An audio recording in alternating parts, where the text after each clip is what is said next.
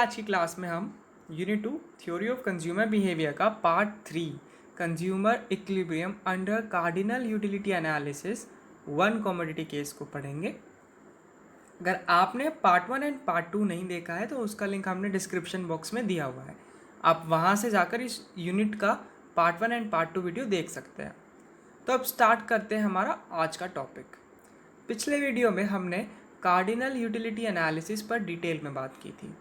आज हम इस वीडियो में consumer equilibrium under cardinal utility analysis में वन कमोडिटी केस पर डिटेल में बात करेंगे। सबसे पहले ये जानते हैं कि कंज्यूमर इक्विलिब्रियम क्या है। कंज्यूमर इक्विलिब्रियम एक ऐसी सिचुएशन है जिसमें एक कंज्यूमर अपनी लिमिटेड इनकम को गुड्स एंड सर्विसेज के ऐसे कॉम्बिनेशंस पर स्पेंड करता है जिससे उसे मैक्सिमम सेटिस्फैक्शन मिलता है। इक्विलिब्रियम का मतलब होता है बैलेंस। जब एक कंज्यूमर अपनी लिमिटेड इनकम और जो गुड्स एंड सर्विसेज वो ख़रीदना चाहता है उनमें एक ऐसा बैलेंस अचीव कर लेता है जिस पर सेटिस्फैक्शन भी मैक्सिमम रहता है, वो स्टेट कंज्यूमर इक्विलिब्रियम कहलाती है। मेन चीज़ समझने वाली ये है कि जब कंज्यूमर अपनी लिमिटेड इनकम से गुड्स एंड सर्विसेज का ऐसा कॉम्बिनेशन खरीदता है जो उसे मैक्सिमम सेटिस्फैक्शन देता है, तब हम कह सकते हैं कि जो कंज्यूमर है वो इक्विलिब्रियम है।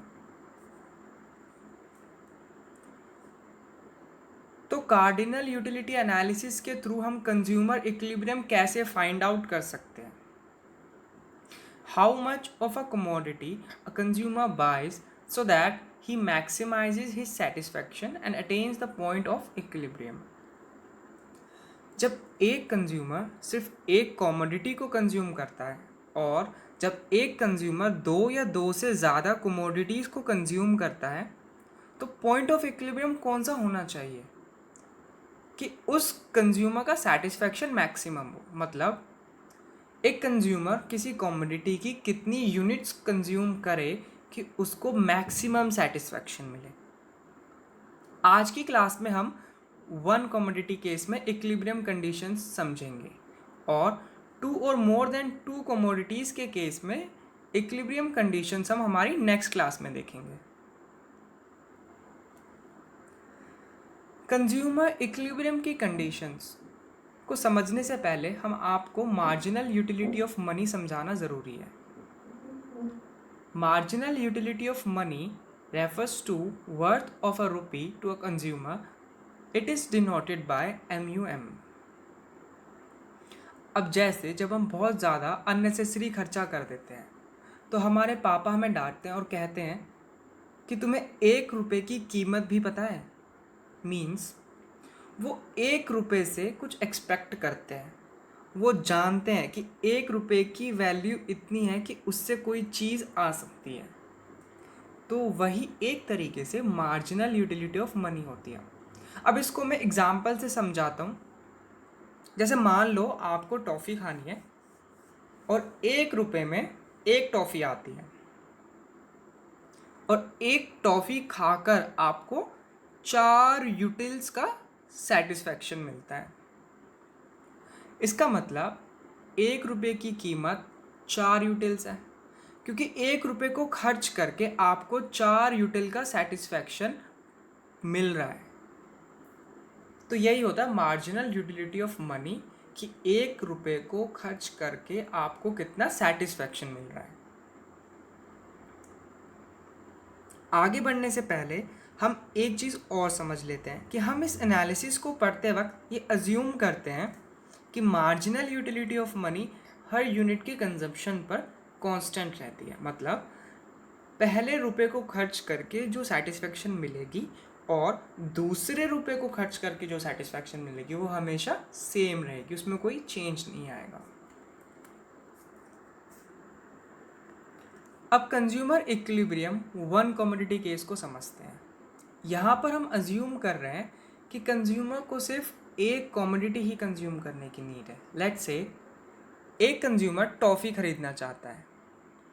अब वो मार्केट में जाकर कितनी टॉफ़ीज़ ख़रीदेगा, कौन सी टॉफ़ीज़ ख़रीदेगा, ये बाइंग डिसीजन किन किन बातों पर डिपेंड करेगी। First thing is price of the commodity. Let's say आपके पास 4 रुपये हैं और एक टॉफ़ी का प्राइस 1 रुपये है. इट मीन्स आप मैक्सिमम 4 टॉफ़ीज़ खरीद सकते हो. तो इस तरीके से प्राइस इम्पैक्ट करता है हमारे बाइंग डिसीजन को. Second thing is marginal and total utility of the commodity. Let's say आपके पास 4 रुपये हैं मगर आपको नीड सिर्फ 2 टॉफ़ीज़ की है, क्योंकि आपको मीठा इतना पसंद नहीं है कि आप 4-5 टॉफ़ी खाओ, उससे आपको डिससेटिस्फैक्शन होगा, इसलिए आपको बस 2 टॉफ़ी चाहिए. सो आपको 2 टॉफ़ी खाने से ज़्यादा सेटिस्फैक्शन मिल रहा है कंपैरेटिवली 3 टॉफ़ी खाने से, तो ऑफकोर्स आप 2 ही टॉफ़ी खरीदोगे. तो इस तरह से मार्जिनल एंड टोटल यूटिलिटी भी कोई कंज्यूमर किसी कमोडिटी की कितनी यूनिट्स खरीदेगा उसे इम्पैक्ट करता है. Now third thing is marginal utility of money. Marginal utility of money क्या होती है वो तो हमने आपको समझा दिया, बट ये बाइंग डिसीजन को कैसे अफेक्ट करती है ये समझते हैं. सपोज आपके पास 4 रुपये हैं और आपने एक टॉफ़ी खरीदी जिसका प्राइस 1 रुपये है और उसे खाकर आपको 4 यूटिल्स का सेटिस्फैक्शन मिला. तो आपकी एक सेटिस्फैक्शन बन गई, आपकी एक एक्सपेक्टेशन बन गई कि 1 रुपये खर्च करके मुझे 4 यूटिल का सेटिस्फैक्शन मिल रहा है. तो अगर मैं 4 रुपये खर्च कर देता हूँ तो मुझे एटलीस्ट 4 × 4 16 यूटिल्स का सेटिस्फैक्शन मिलना चाहिए. और अगर इससे ज़्यादा का मिल रहा है तो बहुत अच्छी बात है, तो फिर मैं उसे डेफिनेटली ख़रीदूँगा. और अगर 16 यूटिल से कम का सेटिस्फैक्शन मिलेगा तो नहीं ख़रीदूँगा. तो एटलीस्ट 16 यूटिल्स का सेटिस्फैक्शन मिले जब मैं 4 रुपये खर्च कर रहा हूँ, तो ही मैं उसे उस पर्टिकुलर कमोडिटी को ख़रीदूँगा. सपोज़ आप एक टॉफ़ी खरीदते हो जिसका प्राइस 1 रुपये है और आप ये एक्सपेक्ट करते हो कि आपको उसे खाकर 4 यूटिल्स का सेटिस्फैक्शन मिलेगा, बट आपको उसे खाने से 5 यूटिल का सेटिस्फैक्शन मिला. यानी जितना आप एक्सपेक्ट कर रहे हो उससे ज़्यादा मार्जिनल यूटिलिटी ऑफ मनी थी उसकी, आपको उससे ज़्यादा का सेटिस्फैक्शन मिला तो आप उसे ख़रीदोगे. बट अगर वो टॉफ़ी आपको आपकी एक्सपेक्टेशन से कम का satisfaction they, let's say 2 utils का सेटिस्फैक्शन दे, तो क्या आप नेक्स्ट टाइम ख़रीदोगे? ऑफ कोर्स नहीं ख़रीदोगे. तो इस तरह से मार्जिनल यूटिलिटी ऑफ मनी आपके बाइंग डिसीजन को अफेक्ट करती है. अब वन कमोडिटी केस में हम इक्विलिब्रियम पॉइंट कैसे फाइंड आउट करें उसे एक एग्जांपल से समझते हैं. हम ये अज्यूम कर रहे हैं कि marginal utility of money 4 utils हैं, मतलब कंज्यूमर ये एक्सपेक्ट कर रहा है कि 1 रुपये को स्पेंड करके उसे एटलीस्ट 4 यूटिल्स का सेटिस्फैक्शन तो मिलेगा ही. जो कमोडिटी वो ख़रीद रहा है उस कमोडिटी को हम एक्स मान रहे हैं, और कमोडिटी एक्स की 1 यूनिट को ख़रीदने के लिए उसे 4 रुपीज़ खर्च करने पड़ेंगे. मतलब अगर उसे कमोडिटी एक्स की 2 यूनिट खरीदनी है तो उसे कितने रुपीज़ खर्च करने पड़ेंगे? 8 रुपये.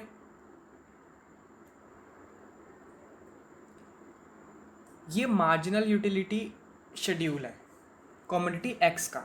ये टेबल ये रिप्रेजेंट कर रहा है कि जैसे जैसे कंज्यूमर कमोडिटी एक्स की कंजप्शन को बढ़ाता है उसको कितनी मार्जिनल यूटिलिटी मिलेगी. जैसे जब वो फर्स्ट कमोडिटी को कंज्यूम करता है तो उसको 20 यूटिल्स का सेटिस्फैक्शन मिलता है. जब वो सेकंड कमोडिटी का कंजम्पशन करता है तो उसको 18 यूटिल्स का सेटिस्फैक्शन मिलता है. ऐसे ही थर्ड यूनिट पे 16 यूटिल्स का सेटिस्फैक्शन, फोर्थ यूनिट पे 10 यूटिल्स का सेटिस्फैक्शन, फिफ्थ यूनिट पे 0 यूटिल्स का सेटिस्फैक्शन. मतलब फिफ्थ यूनिट पे उसको कोई मार्जिनल यूटिलिटी नहीं मिली है. सिक्स्थ यूनिट के कंजम्पशन पे उसको -5 यूटिल्स का सेटिस्फैक्शन मिलता है. मतलब इस पोजीशन पे वो डिससेटिस्फैक्शन में है. इसमें आप देख सकते हैं कि मार्जिनल यूटिलिटी कंजम्पशन बढ़ने के साथ साथ डिक्रीज़ हो रही है, जो कि हमने हमारी लास्ट वीडियो में law of diminishing marginal utility में पढ़ा था कि किसी कमोडिटी की कंजम्पशन बढ़ने से उसकी मार्जिनल यूटिलिटी डिक्रीज होती है। अब समझते हैं कि एमयू को रुपीज़ में कैसे कन्वर्ट करें। देखो, ये कॉलम हमको दिखा रहा है कि वो कमोडिटी एक्स की कितनी यूनिट्स को कंज्यूम करेगा। ये हमारा पी एक्स है, मतलब price of the commodity. Price of the commodity same रहेगी। ये हमारा एम यू एक्स है, मतलब मार्जिनल यूटिलिटी ऑफ एक्स कि एक कमोडिटी को कंज्यूम करके हमें कितनी सेटिस्फैक्शन मिली। और इस कॉलम को हम अभी समझते हैं। तो जब हमने एक कमोडिटी कंज्यूम करी तो हमको उससे 20 यूटिल्स का सेटिस्फैक्शन मिला, और उस कमोडिटी का प्राइस कितना था, 4 रुपीज़। तो जब 4 रुपीज़ हम खर्च कर रहे हैं तो हमें 20 यूटिल्स का सेटिस्फैक्शन मिल रहा है। तो जब हम 1 रुपी खर्च करेंगे तो हमें कितना सेटिस्फैक्शन मिलेगा, 20/4 इज इक्वल टू 5। मतलब जब हम 1 रुपये खर्च कर रहे हैं तो हमें 5 यूटिल्स का सेटिस्फैक्शन मिल रहा है। अब सेकंड कमोडिटी पे देखते हैं। जब हम सेकंड कमोडिटी को कंज्यूम कर रहे हैं तो हमें 18 यूटिल्स का सेटिस्फैक्शन मिल रहा है। तो जब हम सेकंड कमोडिटी को ख़रीदने के लिए 4 रुपये खर्च करते हैं तो हमें 18 यूटिल्स का सेटिस्फैक्शन मिलता है। तो जब हम 1 रुपये खर्च करेंगे तो हमें कितना सेटिस्फैक्शन मिलेगा, 18/4, 4.5।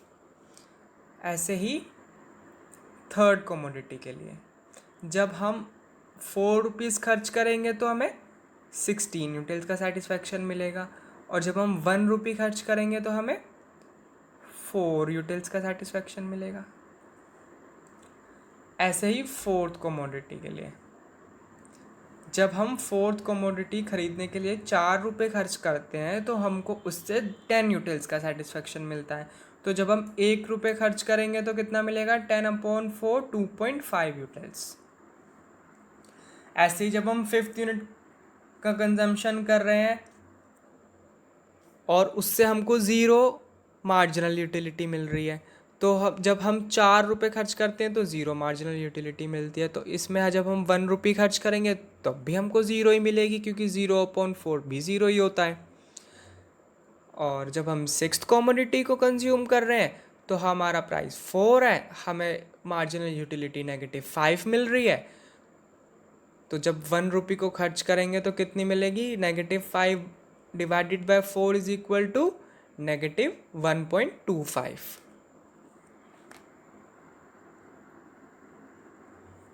तो ये है हमारी MUX/PX, मतलब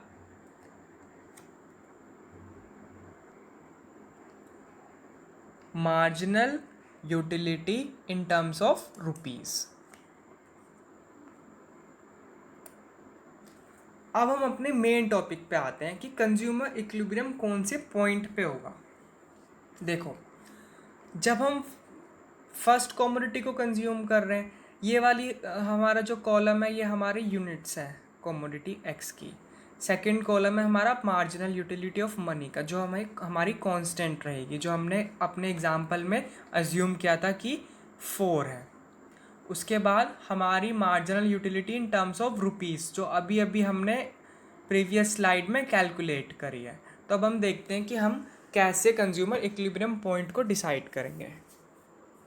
तो जब हम फर्स्ट कमोडिटी को कंज्यूम करते हैं तो हम ये एक्सपेक्ट करते हैं कि हमें उससे 4 यूटिल्स का सेटिस्फैक्शन मिलेगा, पर हमको एक्चुअल में कितना सेटिस्फैक्शन मिलता है, 5 यूटिल्स का। तो यहाँ पर हमारा जो एक्सपेक्टेड सेटिस्फैक्शन है वो एक्चुअल सेटिस्फैक्शन से कम है। तो कंज्यूमर क्या करेगा, अपनी कंजम्पशन को इंक्रीज़ करेगा। तो जब हम सेकंड यूनिट्स की को कंज्यूम करते हैं, तो हमारी मार्जिनल यूटिलिटी ऑफ मनी 4 है, पर हमारी marginal utility in terms of rupee कितनी है 4.5। अब भी हमारी एक्चुअल जो सेटिस्फैक्शन है वो एक्सपेक्टेड सेटिस्फैक्शन से ज़्यादा है, तो अब भी कंज्यूमर अपनी कंजम्पशन को इंक्रीज़ करेगा क्योंकि उसको बेनिफिट हो रहा है करने में। अब हम देखते हैं थर्ड पे हमको 4 यूटिल्स तो हमारी मार्जिनल यूटिलिटी ऑफ मनी है और 4 ही हमारी MU in terms of rupees है, तो यहाँ पर क्या हो गया, बराबर हो गया, पर हमको एटलीस्ट जितना हमने एक्सपेक्ट किया था उतना मिल रहा है। ठीक है, हमें कम तो नहीं मिल रहा, हमें एटलीस्ट उतना मिल रहा है जितना हमने सोचा था कि हमको मिलेगा। तो कंज्यूमर और आगे बढ़कर देखेगा, क्या पता उसको आगे ज़्यादा और फ़ायदा हो।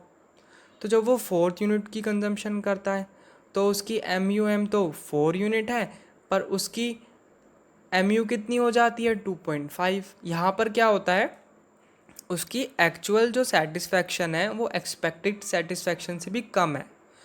तो जब कंज्यूमर की एक्चुअल सेटिस्फैक्शन एक्सपेक्टेड सेटिस्फैक्शन से भी कम होगी तो जाहिर सी बात है वो अपनी कंजम्पशन को डिक्रीज़ करेगा। वो क्यों खरीदेगा ऐसी कमोडिटी को, तो वो कहाँ पर आके रुक जाएगा, कंज्यूमर 3rd यूनिट पे आके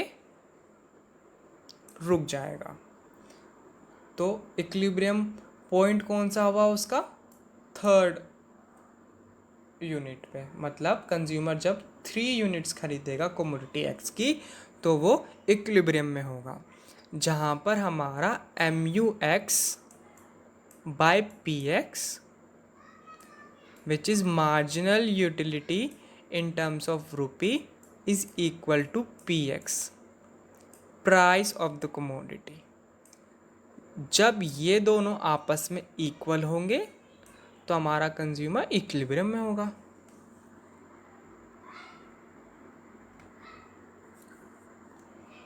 अब आपको ये कंडीशन अच्छे से समझ में आएगी कि हमारा जो कंज्यूमर होता है वो इक्विलिब्रियम में 1 कमोडिटी केस में जब होता है जब MUX by PX is equal to MUM होता है। नाउ हमारी इक्विलिब्रियम कंडीशन क्या हुई, the equilibrium is struck when rupee worth of satisfaction that the consumer expects to get is equal to rupee worth of satisfaction that he actually gets। मतलब जितना वो expect करता है कि किसी कॉमोडिटी को कंज्यूम करने से उसको इतना सेटिस्फैक्शन मिलेगा और जितना उसको एक्चुअल में सेटिस्फैक्शन मिलता है उस कॉमोडिटी को कंज्यूम करके, जब वो दोनों ही चीज़ें बराबर हो जाती हैं तब कंज्यूमर इक्विलिब्रियम में होता है। अब हम ग्राफ से समझते हैं कंज्यूमर इक्विलिब्रियम की कंडीशन को।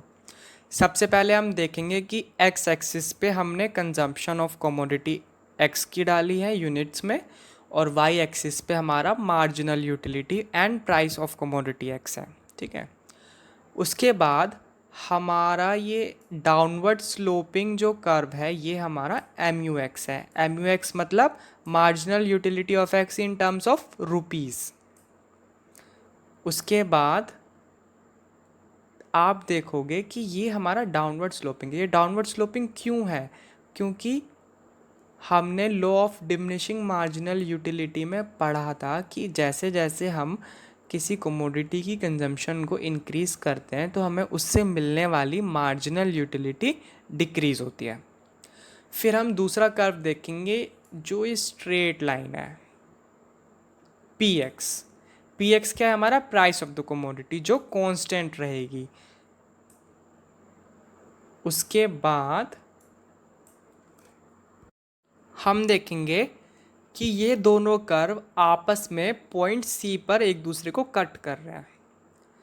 तो जहाँ पर ये कट कर रहे हैं इसका मतलब क्या है कि PX वहाँ पर इज इक्वल टू MUX के है और यही हमारी इक्विलिब्रियम कंडीशन है जो हमने अभी पढ़ी थी।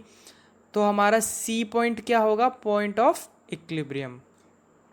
अब अगर हम इसके लेफ़्ट साइड में देखते हैं तो लेफ़्ट साइड में हमारा जो MUX है वो ज़्यादा है हमारे पी एक्स से।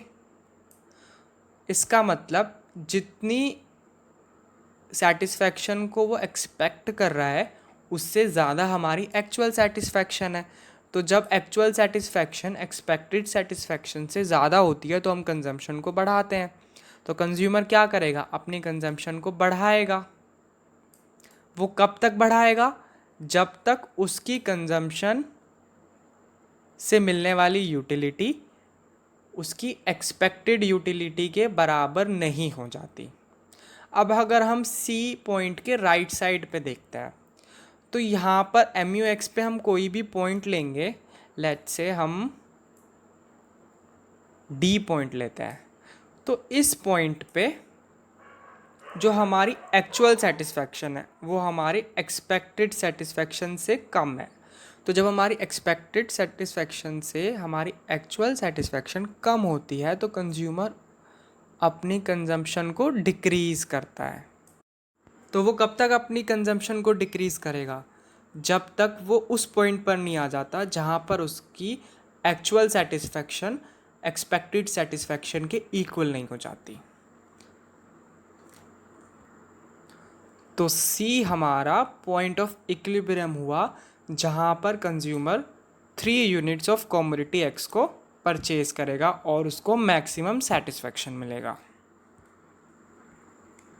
आज हमने consumer equilibrium under cardinal utility analysis 1 commodity case के बारे में डिटेल में बात की। अगली वीडियो में हम आपको consumer equilibrium under 2 commodities case detail में समझाएंगे। आज की वीडियो हम यहीं ख़त्म करते हैं। आई होप आपको इस वीडियो से हेल्प मिली होगी। Thank you for watching.